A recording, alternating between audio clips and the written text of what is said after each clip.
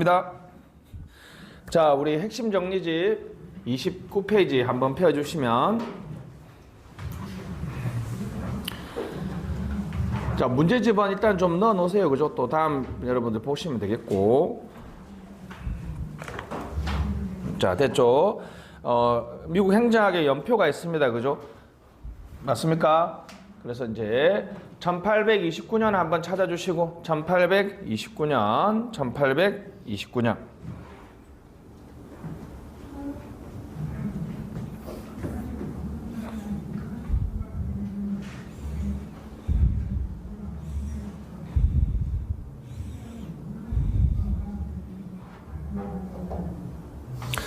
자, 그래서 행정학의 핵심 연표가 있습니다. 그죠? 1829년 체크해 주시고, 역관주의, 그죠? 무슨 대통령? 잭슨 대통령의 역관주의가 있습니다. 그죠? 그 다음 쭉 내려와서 바로 1881년 무슨 대통령 암살? 가필드 대통령 암살. 다시 누구 암살? 가필드 대통령 암살. 그 다음에 펜들턴법 체크해 주시고, 그리고 1887년에 우드로 윌슨의 무슨 연구? 행정의 연구. 요거는 아주 시험에 많이 놓은 거 여러분들 보셨죠? 그죠? 행정의 연구입니다. 행정의 연구. 자, 그 다음 테일러의 1911년 테일러의 과학적 연구법이 있습니다. 그죠? 과학적 관리법. 1912년 태프트 위원회도 방금 봤죠? 그죠? 전략과 능률에 관한 많은 방안을 발표했다. 이렇게 우리가 봤습니다. 그죠? 자, 그 다음에 우드로 윌슨 대통령이 취임했다. 호손 실험, 인간관계론 있죠. 역시 여러분 인간관계 옆에 공간이 좀 있죠. 그죠? 여러분 인간관계론의 핵심 단어가 여러분 뭐라고 생각하세요? 인간관계 핵심 단어? 그냥 저는 Y형 인간이라고 쓰겠습니다. Y형 인간이라고 쓰겠는데 여러분들은 뭐라고 쓰고 싶으세요? 뭐 사회 심리적 요인이라고 하면 되겠고, 그죠? 인간은 무슨 인이다? 사회인이다. 사회인이다. 그죠? 그래서 과학적 관리법은 인간을 기계로 보면서 능률을 제고하니까 무슨 능률성? 기계적 능률성인데, 인간관계론은 사회 심리적 욕구를 충족시켜서 능률을 제고한다. 그래서 무슨 능률성? 사회적 능률성이다 라고 얘기합니다. 자, 루즈벨트 뉴딜 정책 통치기능설 맞죠? 통치기능설. 자, 통치기능설 옆에 써야 됩니다. 그죠? 정행 매도론, 정치행정 매도론, 일원론이죠. 그죠? 정치행정 매도론, 일원론. 통치기능설, 정치행정 이론론. 브란노위원회가 있고요. 귤릭, 포스트코브, 그죠? 포스트코브 맞죠? 포스트코브. 고전 행정학의 완성으로 보고 있습니다. 그죠? 자, 지난 시간에 여기까지 했고요. 그죠? 옆에 연표 보시면 일본의 진주만 위기라고 쓰시고, 위기의 상시화. 여러분들 위기가 발생하면 의회의 역할보다 누구 역할이 더 커진다? 행정부의 역할이 죄송합니다. 거기 경제 대공황을 우리가 빼먹었다. 그죠? 다시 왼쪽 연표 밑에서 올라가 보면 경제 대공황 있죠? 무슨 실패? 시장 실패. 시장 실패. 그래서 그 옆에 기점으로 이렇게 표시를 좀 해주시고, 이렇게. 그죠? 그래서 보통은 이때 위에를 우리가 입법, 행정, 사법부 중에서 입법부가 주도한다 그래서 무슨 국가? 입법국가입니다. 사실 1929년이 아니라 여기는 이제 무슨 국가? 행정국가. 다시 무슨 국가? 행정국가. 다시 여러분 1789년에 그죠? 우리가 민주주의가 시작되면서 왕의 권력을 세 개로 나눴죠. 그죠? 입법부, 행정부, 사법부로 나눴잖아요. 그죠? 그때 누가 국가를 주도한다? 입법부가 주도한다. 무슨 국가? 입법국가죠. 입법국가는 큰 정부입니까? 작은 정부입니까? 작은 정부죠. 그죠? 행정국가는 1929년, 그래서 1933년 뉴딜 정책부터 본격화됐는데 사실은 19세기 후반부터, 다시 몇만부터? 19세기 후반부터 등장했는데 이때부터 본격화돼서 제가 이렇게 얘기했습니다. 알았죠? 국가, 다시 무슨 국가? 입법국가, 무슨 국가? 행정국가. 입법국가에서 행정국가로 바뀌기 시작합니다. 입법국가는 작은 정부죠. 행정국가는 큰 정부입니다. 정부 규모가 관점이 바뀌었다는 거죠. 자, 비버리지 보고서는 여러분 잘 아시죠? 요람에서부터 무덤까지 옆에다가 복지국가 쓰시고 복지를 제공하겠다. 복지국가가 되겠습니다. 사이먼의 행정 행태로는 좀 이따 설명하겠습니다. 옆에 칸에 가보시면 자, 토마스 제퍼슨 빨리 체크합시다. 이제 공부 이렇게 토마스 제퍼슨 준비됐죠? 토마스 제퍼슨 한 단어만 하면 무슨 국가? 작은 정부. 다시 뭐라고요? 작은 정부. 작은 정부. 단순하고 작은 정부입니다. 그죠? 초기의 지배적 이념은 뭐라고요? 토마스 제퍼슨의 작은 정부였다는 거죠. 자, 해밀턴 동그라미. 강력한 연방정부. 큰 정부를 주장했죠. 그죠? 큰 정부. 메디슨 이익집단의 균형장치. 다시 무슨 장치? 이익집단의 균형장치. 잭슨 역관주의 넘어가시고 우드로 윌슨 됐습니다. 비즈니스 라이크 체크해 주시고 비즈니스 라이크. 정치 행정 이원론 행정 경영 매도론 이론론입니다. 그죠? 행정학은 가치 판단이다. 가치 중립이다. 행정학은 가치 중립. 다시 뭐라고요? 가치 중립. 가치 중립 같은 말은 밸류가 아니라 뭐의 영역이다? 팩트의 영역이다. 다시 말하고요. 밸류가 아니라 팩트의 영역이다. 이렇게 볼 수 있습니다. 자, 다음 페이지 가보시면 뉴욕 시정조사연구원에는 뭐 흘러가는 거 한번 보시면 태프트 위원회 체크, 브라운노 위원회 미국 행정학회.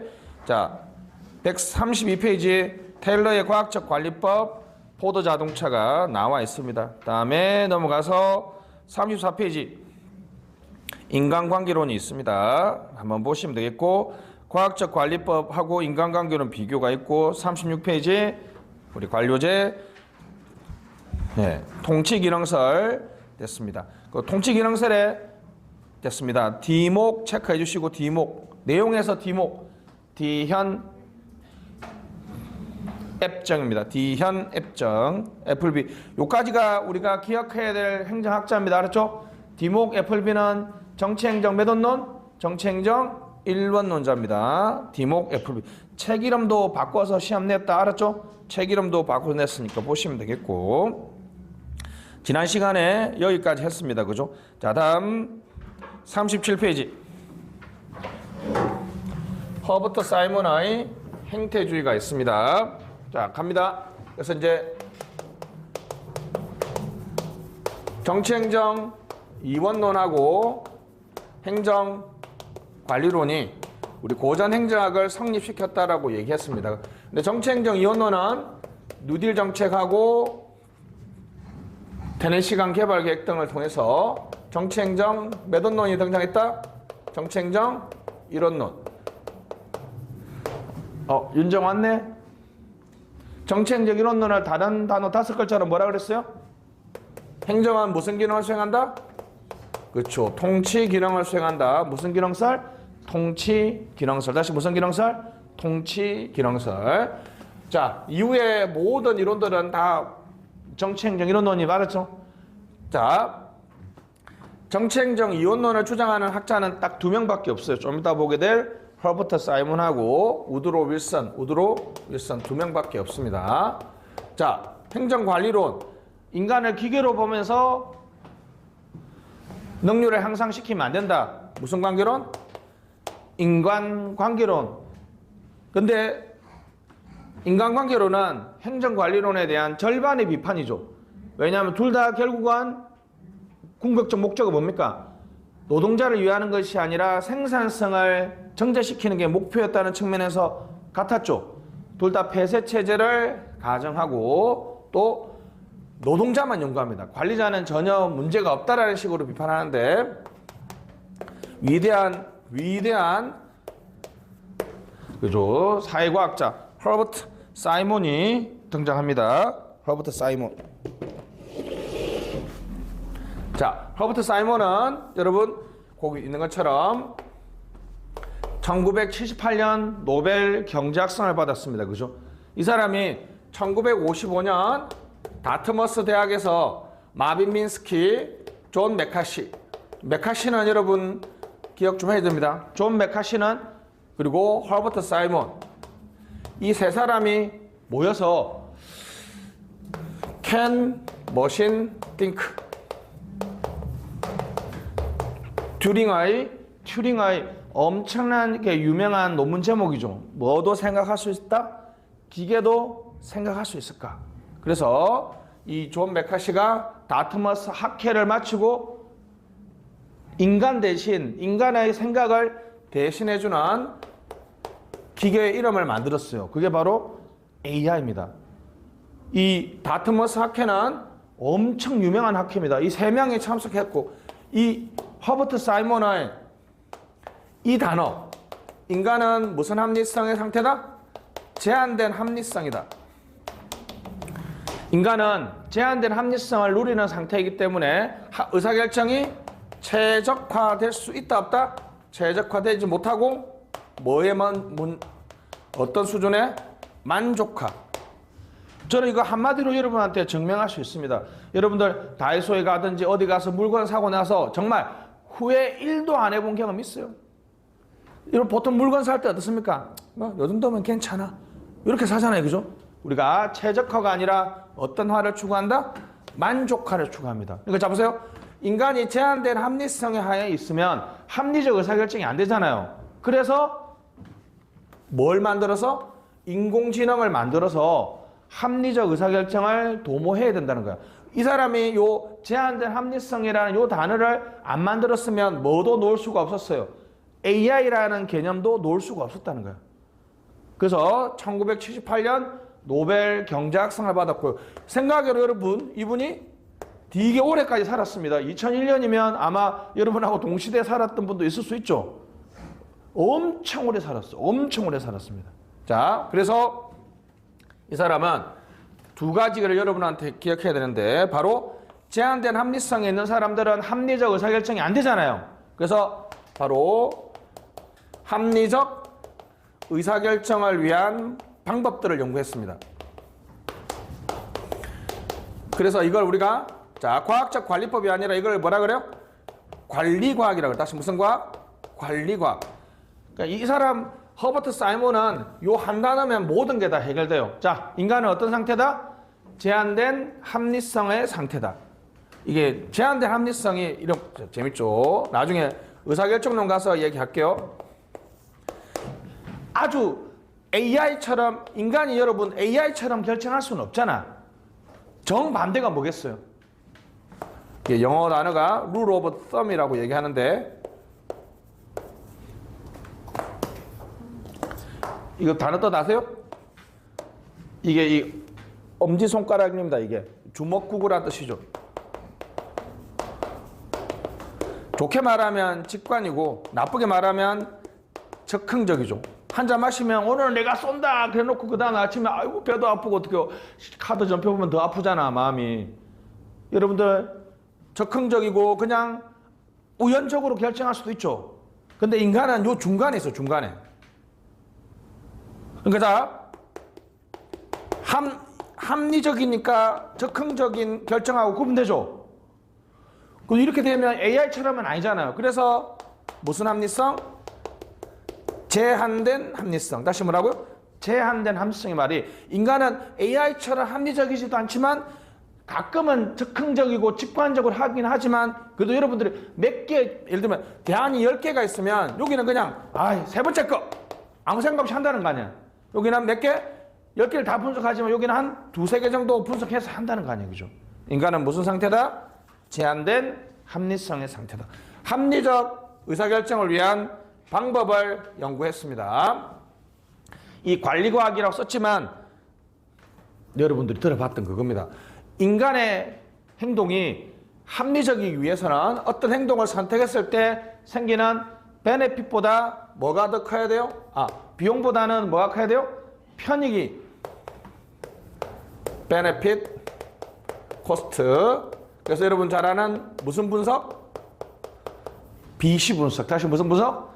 BC 분석. 이게 합리적 의사결정의 가장 기본이죠. 어떤 대안을 선택했을 때 생기는 뭐보다? 베네핏이 뭐보다? 비용보다 더 커야 됩니다. BC 분석이죠. BC 분석. 그리고 여러분들 이제 앞으로 공부하신 분들은 바로 이 절차를 만든 사람이 허버트 사이먼인 걸 처음 알게 될 겁니다. 그죠? 자, 인간이 제한된 합리성 때문에 즉흥적인 결정을 하거나 최적화된 결정을 못하기 때문에 내가 합리적 의사결정의 방법을 만들었는데, 그리고 무슨 절차를 지켜야 된다? 합리적 의사결정의 절차를 지켜야 된다는 거예요. 이건 여러분들 살아가면서 엄청 중요한 거기 때문에 저는 이걸 다 외워버렸습니다. 거기 두 번째 줄에 있죠. 문정, 목설, 대탐, 결례, 비평선. 다시 뭐라고요? 문제의 정의 맞죠? 문제의 정의, 목표의 설정, 대안의 탐색, 결과 예측, 비교, 평가, 선택합니다. 그죠? 자, 한번 웅얼웅얼 해보세요. 문정, 목설, 대탐, 결례, 비평선. 다시 뭐라고요? 문정, 목설, 대탐, 결례, 비평선. 이렇게 여러분들 살아가면서, 그래서 여러분들 이게 심리학에서 여러분 들어봤어요? 트래블로트라고 해가지고, 예를 들면 공부를 엄청 안 하고 있는 친구가 있고 내가 지금 엄청나게 막 공부하기 싫어. 그러면 제가 맨날 얘기하죠. 어떻게 해요? 야, 종이 펴봐. 지금 네가 괴롭히는 너 문제를 한번 적어봐. 이거 여러분도 혼자 고민하지 말고 지금 현재 나를 괴롭히는 모든 것들을 한번 적어보면 돼요. 문제의 정의죠. 그 심리학에서 간단하잖아. 그래서 딱 적어. 내가 뭐 내년에 시험 떨어지면 어떻게 할까? 엄마하고 뭐 어쩌고저쩌고 내 친구 어쩌고저쩌고 막 적잖아요. 그래서 그 다음에 딱 하면 바로 여러분 정신 바로 차립니다. 지나간 일을 체크해봐. 그럼 여러분들이 고민하는 그 90%가 다 무슨 일이에요? 지나간 일이야. 지나간 일. 지나간 일은 바꿀 수가 없잖아. 그리고 나머지 10%는 뭐예요? 오지 않은 일이라고.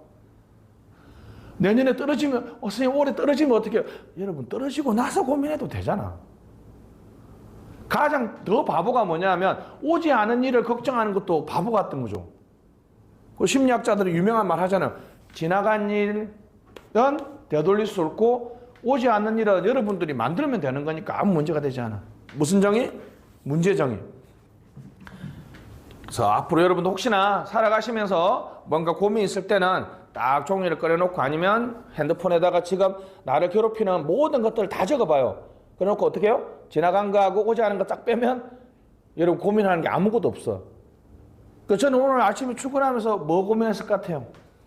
오늘 점심 뭐 먹을까? 이걸 고민하는 게 가장 현실적인 겁니다. 자, 갑니다. 그래서 여러분들이 혹시 허버트 사이먼이, 자, 갑니다. 유명한 이론이 있죠. 무슨 합리성 이론? 왜 허버트 사이먼이 절차적 합리성을 강조했는지 아시겠죠? 인간의 행동은 합리적 결정에 뭘 준수했느냐? 절차를 준수했으면 무슨 합리성이 있다? 절차적 합리성이 있다. 다시, 허버트 사이먼의 절차적 합리성 이론은 자기가 만든 합리적 의사결정에 뭘 준수했느냐? 절차를 준수했느냐의 여부예요. 다시 뭐라고요? 절차를 준수했느냐의 여부를 말하는 게 절차적 합리성 이론입니다. 그래서 이 두 가지가 허버트 사이먼이 행정학에 끼친 큰 영향이고, 자, 이 사람의 연구 방법이 좀 독특합니다. 논리, 실정주의입니다. 다시 뭐라고요? 논리, 무슨 주의? 실정주의. 논리, 바꾸면 이론이죠. 과학이고 지식입니다. 답이 딱 나와 있네요. 과학, 이론, 지식은 뭐 해야 된다? 실제로 증명돼야 된다. 다시 말하고 실제로 증명돼야 된다. 그러니까 실제로 증명될 수 없는 거는 과학이다 아니다? 아니라는 거죠. 인간의 오감에 의해서 증명될 수 있어야 됩니다. 이게 뭐라고요? 과학이라는 거야. 그럼 자, 우리 최근에 여러분 저출산이 심각합니까? 이거는 과학이 아니에요. 왜? 심각하다는 말은 사람들의 느낌에 따라서 다르잖아요. 주관적이죠. 근데 여러분 진짜 놀라운 사실은 1960년에 학계 출산율이 6.0이야. 1960년대 가임 여성이 기대되는 평균 자녀 수가 몇 명이라고요? 6명. 그러니까 여러분 보면 아버님 세대들은 기본적으로 3남매, 4남매는 기본 깔고 가잖아요. 그죠? 근데 2024년에 0.7로 내려왔습니다. 그죠? 이거는 심각하다라고 하면 누구나 이건 빼박 힌트죠. 객관적이고 검증 가능하죠. 이거는 과학이야. 이거는 과학이 아니에요. 다시 이거는 과학이 아니지만 이거는 과학입니다. 실제로 증명될 수 있는 것만 과학입니다. 그죠? 자연과학은 100% 실증주의죠. 자연과학은 무조건 증명해야 된다. 근데 이게 심각한 문제가 하나 있어요. 이게 인간을 연구할 때는 사실 여러분 인간은 이게 만들어진 개념입니다. 인간은 눈물을 흘리고 A도 B도 C도 눈물을 흘려요. 인간의 행동은 이렇게 뭐가 있다? 눈물을 흘리는 외면이 있지만 A는 기뻐도 눈물 흘리기도 하죠. 슬프도 눈물 흘리기도 하고 어떤 애는 하품을 너무 열심히 해도 눈물 흘리잖아요. 그죠? 자, 이거는 인간의 내면이죠. 의미와 의도입니다. 맞죠? 그래서 이걸 미닝이라고 하는 미닝, 인텐션. 자, 사회과학에서 이거 아주 중요한 문제가 직면합니다. 이제 딱 갑니다. 논리 실증주의는 인간의 행동 중에서 어디만 연구할 수 있다고 주장합니까? 그렇죠. 여기만 빨간색. 여기를 연구해서 태도, 가치, 의견을 포함시켜서 이것을 연구에 들어가는 거야. 그럼 이거 빨간색 부분만을 새롭게 개념 정의해야 되죠. 자, 이걸 우리 뭐라 그런다? behavior. 행정학 처음 하는 분들은 이 단어를 처음 들어볼 거고 조금 공부한 분들은 알겠죠. 무슨 주의? 행태.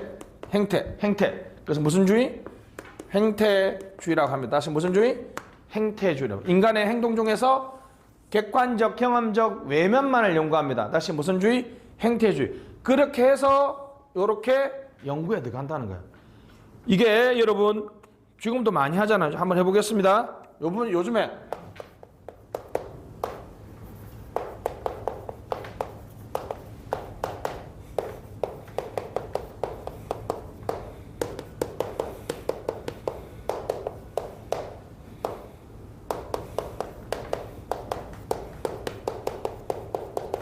자, 여러분이 정치 사회 현상을 내면에 가지고 있는 생각을 외부로 표출하는 대표적인 행위가 선거죠.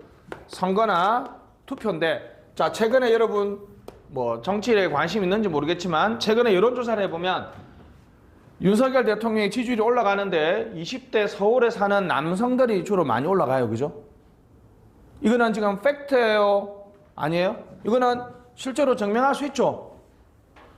자, 여기까지 다시 20대 남성 서울에 사는 사람들이 지지율 올라가는데 왜? 마치 눈물을 흘리면 왜 눈물을 흘리는지를 알고 싶은 거잖아요. 그죠? 한번 여러분 해석해 보시죠. 20대들이 분노와 좌절의 감정이 표출됐다. 1번. 두 번째 뭐라고요? 전체적으로 20대 남성들이 보수화되어서 이런 흐름이 있다. 2번. 지금 저는 뭘 하고 있는 거예요? 객관적으로 관찰된 팩트를 보고 왜 그렇게 하는지를 지금 해석해 들어가고 있죠. 이게 행태주의 연구 방법입니다. 다시 뭐라고요? 왜? 과학, 진리, 이론은 뭐 돼야 된다? 실제로 증명돼야 된다. 그래서 실증주의가 되겠는데, 자, 갑니다. 그래서 이 사람들은 가치 판단과 가치 중립을 철저하게 구분합니다. 다시 무엇이 양극화가 심각하다는 것은 전혀 주관적이지만 이 사람들은 객관적인 팩트 위주로 연구합니다. 객관적인 연구를 하죠.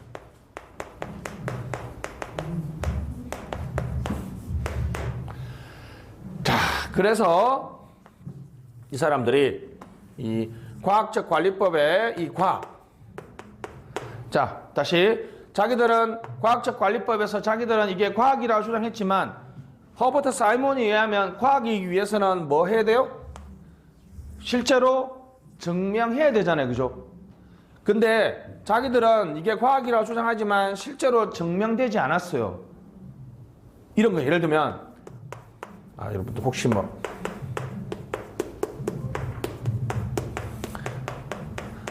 어떤 사람이 코인 투자를 잘해서 떼돈을 벌었어요. 그래서 뭐라 그래요? 자기가 책을 썼는데 코인 투자의 과학이라고 썼어요.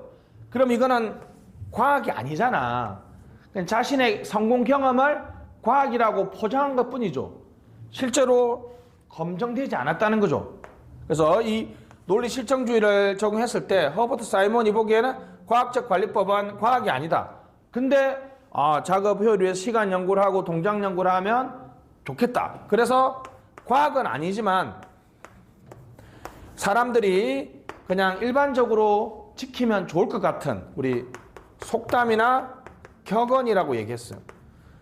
이거는 정말 여러분 이 말을 과학자들이 들으면 자살해야 되죠. 왜요?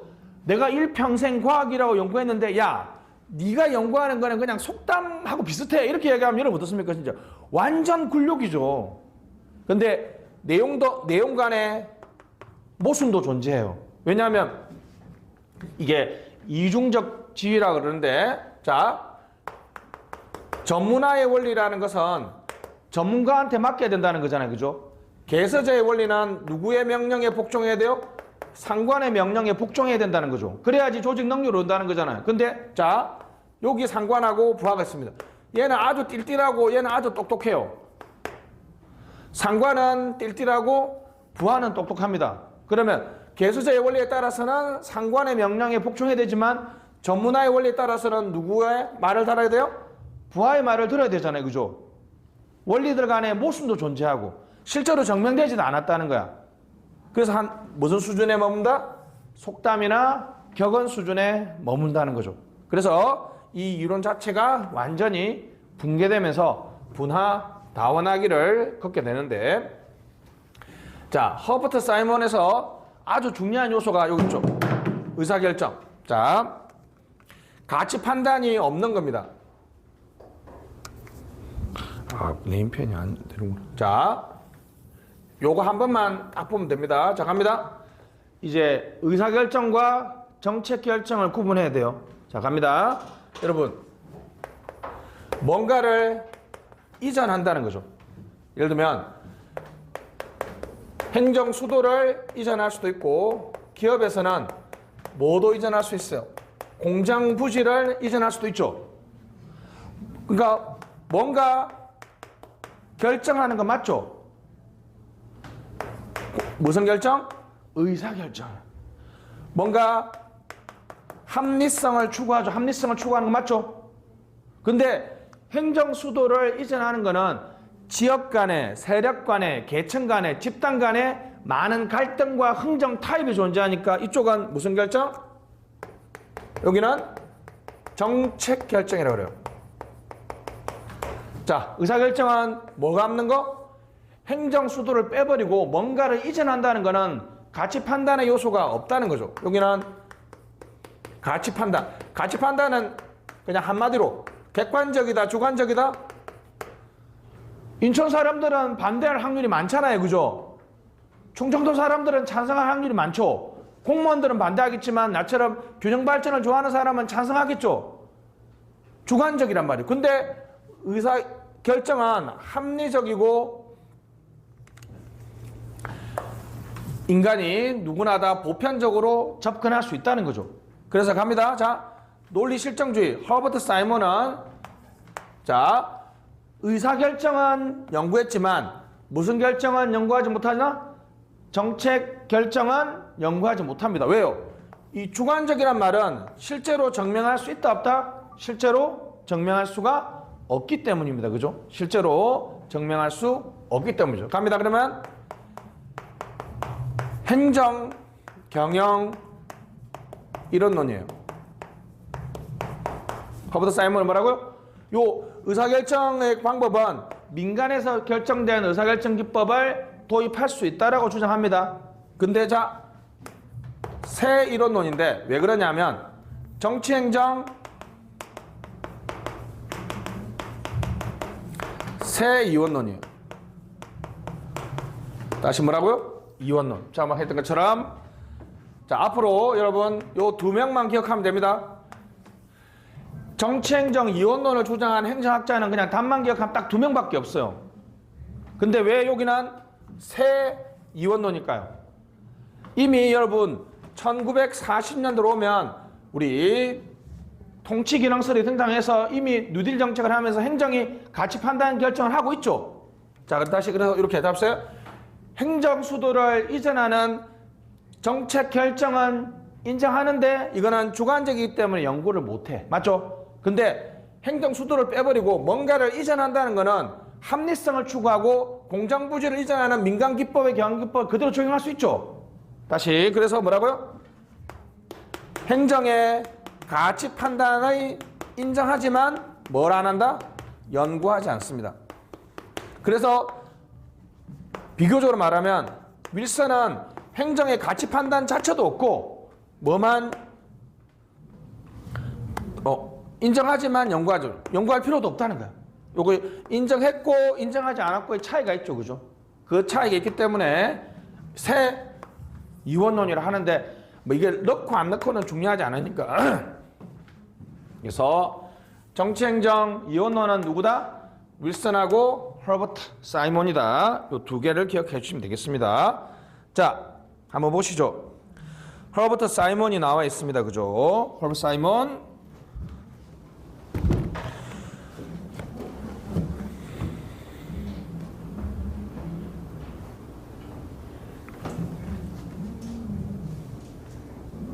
자, 그래서 행정 행태론이라고 얘기하고 제한된 합리성 체크 한번 해주시고 만족화 모형. 옆에다가 그냥 만족 모형이라 써보세요. 만족 모형. 그래서 최적화가 아니라 뭘 추구한다? 만족화를 추구한다. 그래서 무슨 모형? 만족 모형이라 그럽니다. 자, 행태. 자, 외면 동그라미 경험 실정. 됐죠? 외면 경험 실정입니다. 근데 2번 심리학의 행동주의와 달리 태도 의견 개성 포함. 다시 태도 의견 개성 포함. 요게 시험 문제 많이 나옵니다. 태도 의견 개성을 포함했다 이렇게 보시면 되겠고, 자 내용에서 동그라미 1번 논리 실정주의. 비엔나에 있는 학자들이 주로 연구해서 이걸 비엔나 학파라 그럽니다. 알았죠? 비엔나 학파라고 시험 한 번 나왔어요. 다시 논리 실정주의. 동그라미 2번 가치 배제, 가치 중립, 몰 가치. 행정에서 가치 판단하면 된다 안 된다? 안 된다. 왜요?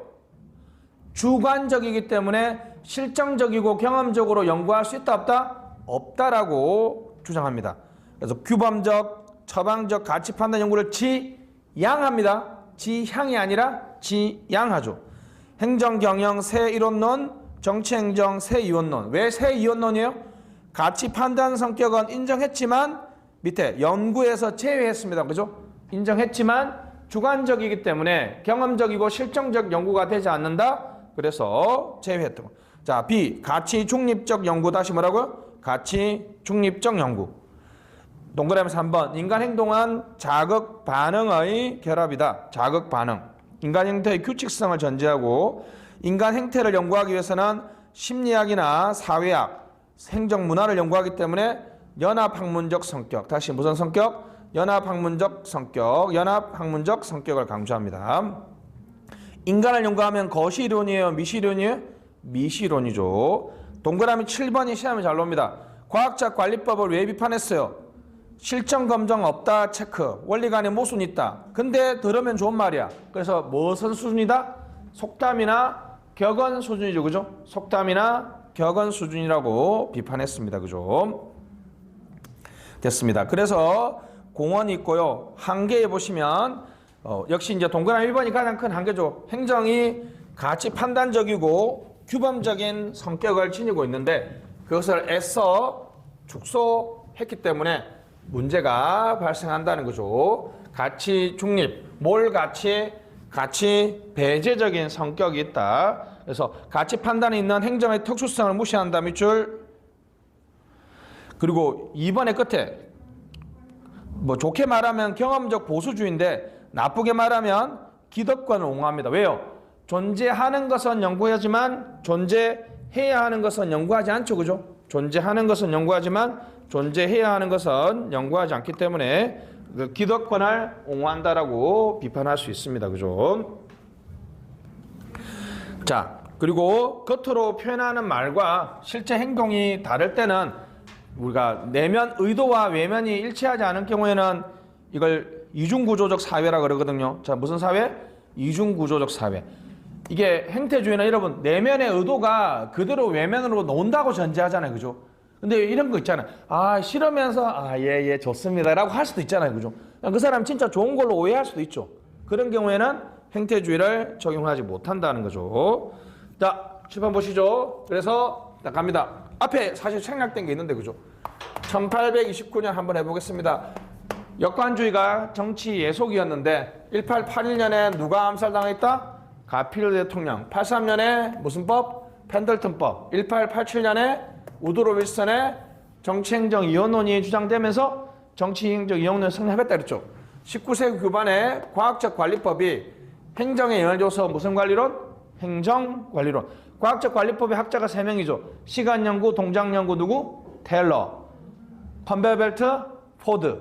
관리의 14대 원칙, 페율이 있었습니다. 그것이 행정관리론에 영향을 주고 행정관리론은 1936년 귤릭이 완성했죠. 포스트코브라는 논문을 통해서 완성했습니다. 근데 이 정치행정이혼론은 1929년 경제대공황 뉴딜 정책으로 정치행정 매듭론 이론론이 등장하면서 붕괴됐죠.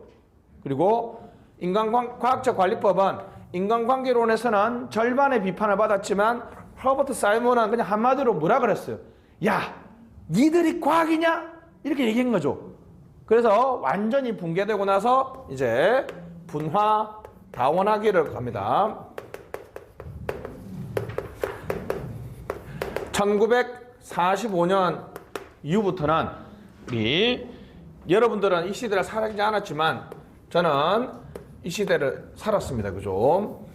바로 아주 차가운 전쟁, 쿨워. 무슨 전쟁? 냉전 체제였습니다. 그래서 공산주의 블록하고 자본주의 블록이 치열하게 싸웠고 우리나라에서 전쟁이 발생하면서 문제가 터졌는데 자, 이 당시에 1945년도에는 미국 학자들은 엄청난 자신감이 있었어요. 자, 잘 봐라 이렇게 하면서 개도국들아 이때 150여 개국의 개도국이 독립했는데 산업화와 민주화에 성공한 나라가 딱 4나라 있습니다. 여러분이 살고 있는 대한민국, 대만, 홍콩, 말레이시아 이렇게 해서 닉스라 그래서 아시아의 4마리 용이라고 했는데 이때 미국 학자들이 자 이런 믿음이 있었어요. 미국식 제도를 개도국에도 도입하면 그대로 성공할 수 있을 것이다. 자, 보편성이라고 한번 해보겠습니다. 보편이론. 어떤 이론이 지금 유엔에 가입된 나라가 190여 개국인데 어떤 이론이 여러분 190여 개국에 다 적용되면 이론이 어떻게 적용된다? 보편적으로 적용된다. 일반적으로 적용된다를 할 수 있죠. 그러니까 이때 당시에는 자본주의 국가들한테 미국 이론을 이식하면서 이런 식으로 했던 거야. 야, 미국 따라오면 너희들도 미국처럼 성공할 수 있어. 이걸 우리가 근대화론이라고 합니다. 다시 뭐라고요? 근대화 이론. 누구처럼 따라가면 미국처럼 따라가면 성공할 수 있다라고 정했다는 거야. 근데 대통령제가 성공한 나라는 어디밖에 없어요? 대통령제가 성공한 나라는 미국밖에 없습니다. 다른 나라엔 다 독재로 갔다는 거지. 그래서 근대화를 믿고 했는데 미국 제도가 이식되었는데 거의 대부분 실패를 했다는 거예요. 실패. 그래서 한국과 미국, 한국과 개도국을 비교해보자 하면서 무슨 행정론이 등장했어요? 비교 행정론이 등장했는데 처음에는 아주 단순하게 생각했습니다. 단순하게. 왜요? 아마 미국의 대통령제하고 한국의 대통령제가 다를 거라는 전제로 얘기했는데 사실 여러분 미국의 헌법하고 한국의 헌법이 90% 이상 같아요. 예를 들면 근데 선생님 미국은 부통령이 있잖아요. 한국은 부통령이 없잖아요. 근데 우리가 여러분 자 보세요. 구조 중심으로 보면 미국의 부통령은 우리가 국민들이 선출하고 우리나라 국무총리는 국회에서 선출하잖아요. 그죠? 구조 중심으로 보면 다르지만 우리나라 국무총리는 무슨 기능을 수행해요? 부통령의 기능을 수행하잖아요. 그죠? 다시 그래서 뭐를 비교할 때 구조로 비교하면 비교가 안 되니까 뭘로 비교하자? 기능으로 비교하다. 같은 기능을 수행하는 구조끼리 비교하면 이게 두 개가 똑같아지는 거잖아. 그죠? 그래서 구조 기능주의에 따라서 비교를 해봤는데 그래도 설명이 안 된다는 거죠. 그래서 미국의 대통령제와 한국의 대통령제는 겉으로 보기에는 같고 구조 기능주의도 봤는데 결국은 미국의 대통령제는 성공하고 한국은 실패했던 이유는 바로 이 대통령제를 둘러싸고 있는 생태계가 다르다는 거죠. 정치. 자, 특히나 우리 정치, 경제, 사회라는 드디어 이제 환경론이 등장하죠. 그죠? 이 대통령제라는 행정제도라고 할게요. 행정의 흐름이 그를 둘러싼 토양이 다르기 때문에 달라진다는 거죠. 그래서 어떤 제도를 뭐와 연결해서? 생태와 연결해서. 왜냐하면 미국은 2차 사회고 우리는 여전히 1차 사회니까 우리나라 대통령은 사람들이 왕과 비슷하게 봐버린다는 거야. 그래서 사회, 생태, 토양이 다르면 그 제도가 다르게 운영될 수 있다는 거죠. 예를 들어서 제주도에는 여러분 옛날에는 구멍이 숭숭 뚫린 돌담을 많이 만들었다는 거죠. 그죠? 강원도에는 마곡간까지 지반으로 다 넣었다는 거죠. 제주도 사람들이 이런 돌담을 좋아하는 취향이 아니잖아요. 제주도는 뭐가 많이 부니까 바람이 많이 부는 환경. 다시 뭐라고요? 바람이 많이 부는 환경, 생태에. 그래서 이걸 어떤 말에서는 환경 결정론이라고 그래요. 제주도의 이 가옥 구조는 누가 결정했다? 이 사람의 취향이나 선호가 아니라 바람이 많은 생태계나 환경이 결정해 준 거죠. 강원도에는 눈이 많이 오니까 우리 또 뭐 어떤 사람 뭐라 그래요? 우리 한국 사람들은 뭐 소도 돼지도 우리 가족이다 생각하는데 말도 안 되는 소리고, 강원도는 뭐가 많이 오니까 눈이 많이 오는 환경이 이 가옥 구조를 결정해 준 거죠. 커피가 우리나라에서 재배 안 되는 게 우리나라 농법의 문제라든지 우리나라 농민들이 열심히 안 해서가 아니잖아요. 우리의 생태계와 안 맞았을 뿐이라는 거지. 그 내용의 결론은 뭡니까? 미국의 이론의 보편성을 믿고 이식한 선진국의 제도들, 게다가 근대화 이론, 미국처럼 따라가면 우리가 성공할 수 있다라는 근대화 이론을 믿고 도입했는데 뭐하고 맞지 않아서? 생태와 맞지 않아서, 즉 환경과 맞지 않아서 이 제도가 실패했다라고 분석했다는 거야. 아주 나이스한 분석이죠. 다시 비교행정론의 가장 중요한 논점은 뭡니까? 어떤 행정현상은 그 내부의 문제가 아니라 그 외부의 뭐와? 생태 요인, 무슨 요인? 환경 요인과 결부시켜서 이해합니다. 이제 드디어 무슨 체제로 접근한다? 개방 체제로 접근합니다. 개방 체제. 근데 비교 행정론은 여러분 좀 듣다 보면 기분 나쁩니다. 그러면 비교 행정론은 결국은 대통령제는 어디에서만 성공할 수 있다? 미국에서만 성공할 수 있다. 개도국의 발전에 적극적이에요, 소극적이에요? 소극적이죠. 회의적이고 부정적이란 말이죠. 근데 우리는 지금 뭘 원해요? 발전을 원하죠. 발전 행정론이 등장합니다. 여러분 이 한 단어만 기억하시면 돼요. 지금도 한국의 행정을 규정하는 가장 중요한 단어 무슨 행정? 발전 행정입니다. 그래서 그림을 한번 그리면 행정이 있으면 정치, 경제, 사회에 영향을 받아서 행정이 이렇게 됐다는 식의 설명을 하는 게 무슨 행정이에요? 비교 행정이죠. 환경이 행정을 결정해준다. 무슨 결정론? 환경 결정론적 시각이죠. 발전 행정은 먼저 행정이 발전해서 그 다음에 정치 발전, 경제 발전, 사회 발전을 이끌어 나갑니다. 자, 먼저 행정이 발전하니까 균형 이론이에요? 불균형 이론이에요? 먼저 행정이 발전하고 정치 발전, 사회 발전, 경제 발전을 하니까 불균형이죠. 발전을 안정이 아니라 발전, 변화를 하니까 동태적 무슨 이론? 불균형 이론. 동태적이면 안정 유지가 아니라 변화와 혁신을 연구하니까 정태적이에요, 동태적이에요? 동태적 무슨 이론? 불균형 이론. 행정이 먼저 발전해서 국가 발전, 사회 발전을 이끌고 나갑니다. 그럼 행정이 정치나 경제를 바꿔 나갈 수 있으니까 행정의 소극성, 적극성, 적극성. 그리고 우리나라 1970년대 새마을운동이나 경제개발 계획을 수립해서 우리 행정이 정치, 경제를 이끌고 나갔죠. 발전 계획을 수립하고 발전 엘리트를 육성하고 발전을 선도할 기관을 만들어서 경제, 사회 발전을 이끌고 나가야 된다. 무슨 행정론? 발전 행정. 자, 만약 여러분들이 필기시험 붙으면 면접에서도 저를 만날 텐데 그러면 면접관이면 딱 두 개를 물어보고 싶죠. 왜 공무원 되고 싶냐? 그건 제가 잘 만들어 드릴 테니까 합격하고 오시고 그 다음에 뭐 물어보고 싶은 게 뭐겠어? 우리 지원자님은 우리나라 행정을 어떻게 생각하세요? 아주 좋습니다! 라고 하면 어떡해요?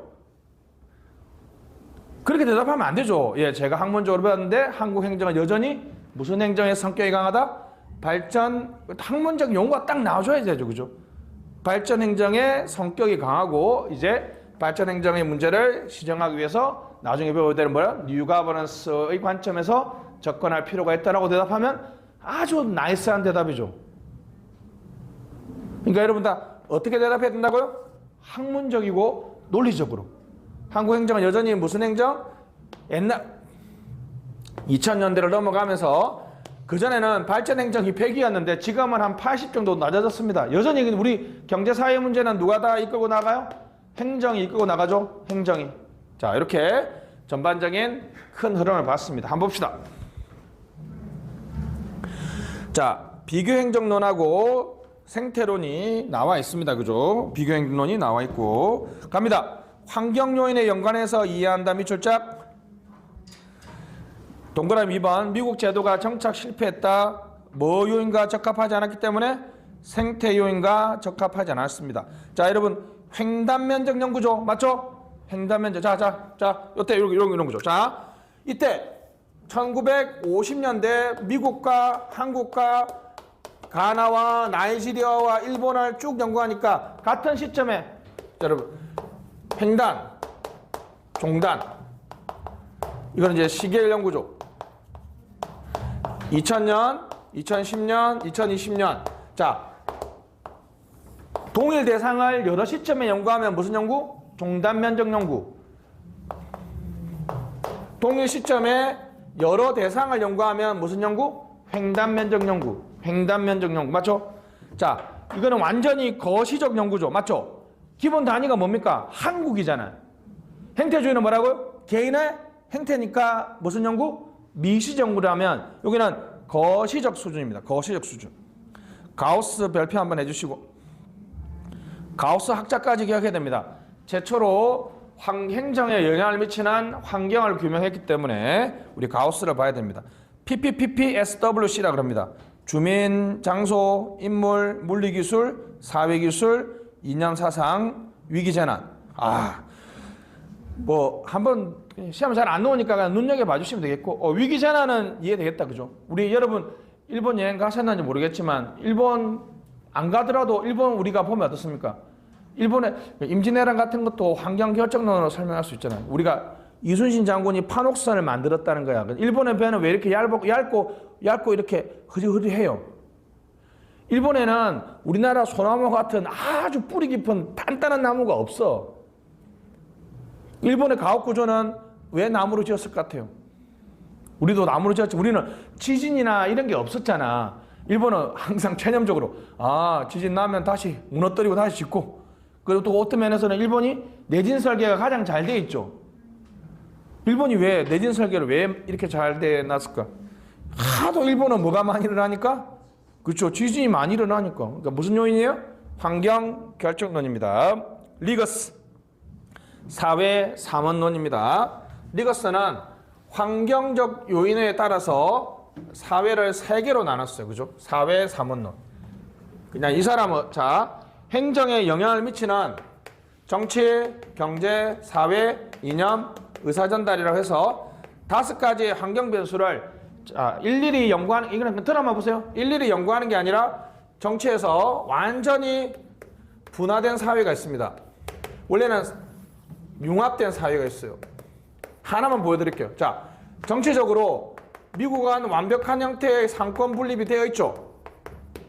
이거 재밌습니다. 이거 보면 미국 여기는 완전히 어떻습니까? 자, 여러분, 부족 사회는 부족장님이 주무시면, 자, 부족 사회에서는 여기 이제 이게 안방입니다. 안방. 안방을 우리가 영어로 챔버라 그래요. 챔버. 부족장님이 여기 주무시면 사적 공간이죠. 다 일어나서 우리가 뭐 다큐멘터리 보면 일어나서 부족 직원 초대해가지고 우리 뭐 어떻게 할까? 쟤를 죽여라. 순간적으로 안방이 뭐가 됐어요? 사법부가 됐죠. 앞으로 이런 일이 발생할 때는 이렇게 하자. 순간적으로 뭐가 됐어요? 입법부가 됐어. 그러니까 여기는 잘 때는 안방 사적 공간이고 입법부 사법부가 되니까 공과 사가 완전히 구분되지 않는 세상이죠. 근데 여기는 자, 입법부하고 행정부하고 사법부가 다 구분되어 있어요. 그죠? 여기는 완전히 융합된 사회죠. 융합된 사회. 자, 원래 리거스는 이렇게 환경적 요소로 딱 두 가지를 구분했는데 이게 여러분 심각한 문제가 있죠. 자, 우리나라는 여러분, 우리나라 여러분 상권 분립이 완벽하게 되어 있어요? 아니면 우리나라는 여기는 일단 아니지. 그렇다고 미국처럼 완벽한 형태의 상권 분립이 되어 있는 것도 아니잖아요. 요 중간 어딘가에 있는 거예요. 여기 맞죠? 이렇게 간다. 전이된 사회. 여기 재밌습니다. 여기 사회. 그럼 자 보세요. 여기는 이제 오피스야. 공적인 공간하고 사적 공간이 명확하게 구분된다. 분화된 사회에서는 공과 사가 명확하게 구분됩니다. 여러분 이게 프랑스, 와 놀랍지 않습니까? 프랑스는 여러분 직장에서 상사와 부하 사이에 개인 휴대폰을 번호 교환 안 한대. 일 시작하면 그 회사 전화로 하고 일 끝나면 남이잖아. 공과 사가 완벽하게 구분되어 있죠. 부족 사회는 완벽하게 구분되어 있지 않는데 한국은 여기 대문 옆에 여러분 무슨 방이 있어요? 사랑방이 있죠. 사랑방. 어머님하고 그분하고 썸 타는 공간 있잖아. 사랑방 손님과 어머니 그 사랑방. 그러니까 예를 들면 안방에서 바라보면 뭐에 가까워요? 오피스에 가깝지만 오피스에서 바라보면 여전히 무슨 공간이에요? 사적인 공간이에요. 사적인 공간. 그래서 공과 사가 혼재되어 있는, 그래서 이걸 사랑방을 영어로 살라라 그러거든요.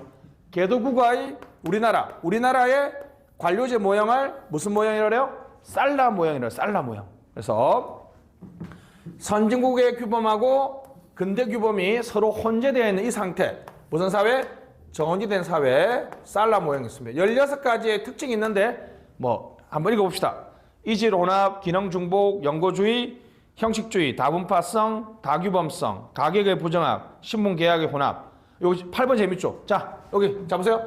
부족사회는 자기의 태어났더니 아버지가 족장이면 나도 족장이죠. 신분에 따라 결정되지만 여기는 계약, 능력에 따라서 됩니다. 우리는 이재용 부회장이 아버지가 이건희가 아니었으면 저 자리에 올라갔었겠어요?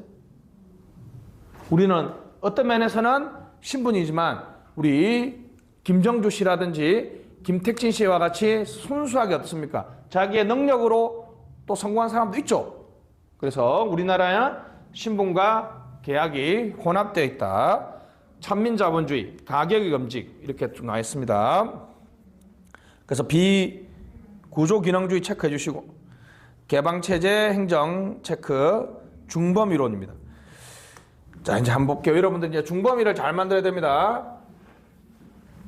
지금도 세상을 세 개로 나눴으니까 중범이론이죠. 자, 다시. 자, 여러분 갑니다. 미국 학자들이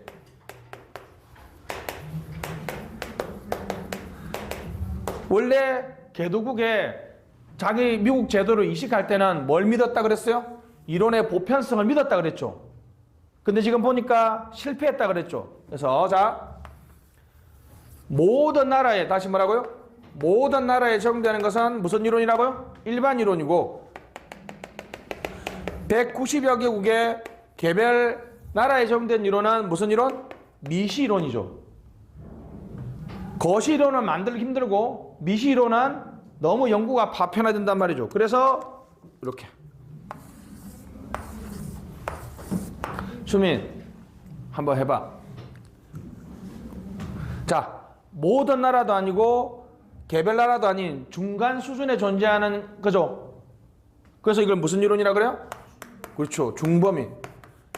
원래는 정확하려면 중간 범위라고 하면 더 이해하기 쉬운데 그죠? 중범위입니다. 뭐가 있을까? 예를 들면 여러분 지역적으로 다시 5대양 6대주니까 어떻게 해요? 유럽 국가, 아메리카 국가, 동아시아 국가 하면 자 유럽, 아시아, 아메리카를 하면 모든 나라도 아니고 개별 나라도 아니니까 무슨 범위예요? 중범위 맞죠? 행정법에서 배우잖아. 행정법은 대륙법계와 영미법계는 개별 나라도 아니고 모든 나라도 아니니까 무슨 범위예요? 중범위죠. 미국 제도의 적용 과정에서 어떤 나라도 있다? 분화된 사회도 있고 융합된 사회도 있고 무슨 사회도 있다?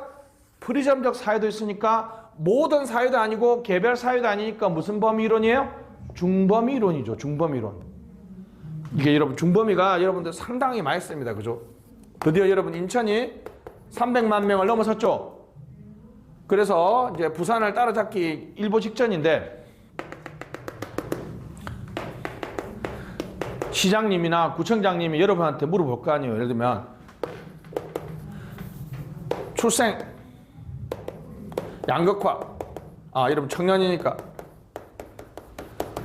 여러분이 만약 여러분한테 청년 실업 대책을 한번 만들어 봐라 그러면 여러분들이 이게 중범위로 적용하면 돼요. 중범위. 이거는 여러분 시험에는 안 나오는데 여러분 중범위를 잘해야 돼요. 여러분 청년 실업 정책을 이름 뭐였지? 현석 맞나? 중범위로 어떻게 할 수 있을까?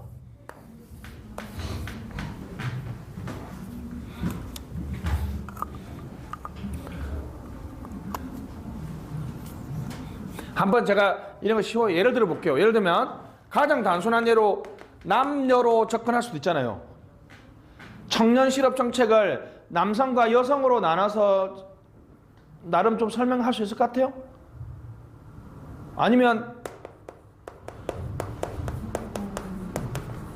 학과별로 적용할 수도 있고 아니면 20대부터 25살부터 26부터 30 이렇게 나이로 접근할 수도 있고 그러니까 저는 청년 실업 정책에 대해서 남자와 여자 학과별 나이대별로 접근해봤으면 하면 되게 어떻습니까?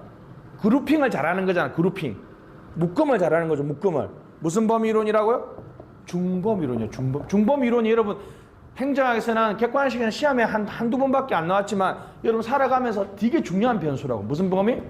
중범위 이론. 중범위. 중간범위. 중범위 이론입니다. 그래서 비교행정론은 보편 이론을 만들려고 했지만 실패하고 무슨 이론을 만들었다? 중범위 이론을 만들었다. 다시 무슨 이론? 중범위 이론을 만들었다. 한계에 보시면 동그라미 2번. 그렇죠. 개도국의 발전에 회의적이죠. 그래서 무슨 이론이 등장했다? 발전 행정 이론이 등장했다. 소극적 행정으로 간 소극적 행정 체크. 행정의 소극성. 다시 환경에 영향을 받는다. 그죠? 극단적으로 말하면 동그라미 3번 밑에다가 환경 결정론이라 쓰세요. 환경 결정론. 그죠? 환경이 모든 것들을 결정해 준다. 행정이 뭔가 환경을 바꿔 나가는 거 인정한다, 인정하지 않는다? 인정하지 않는다. 넘어가시죠. 일단은 잠깐 쉬었다가 40페이지 합시다.